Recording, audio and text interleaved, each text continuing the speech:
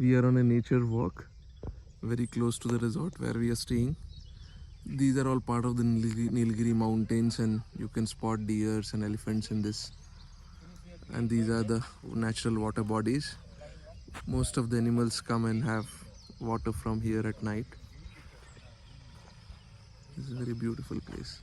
And then if you see there on your right, on the top, let me zoom, is where behind the clouds are the Nilgiri peaks of Ooty and Kannur. It's very beautiful place in Bandipur Tiger Reserve. Some villages there as well.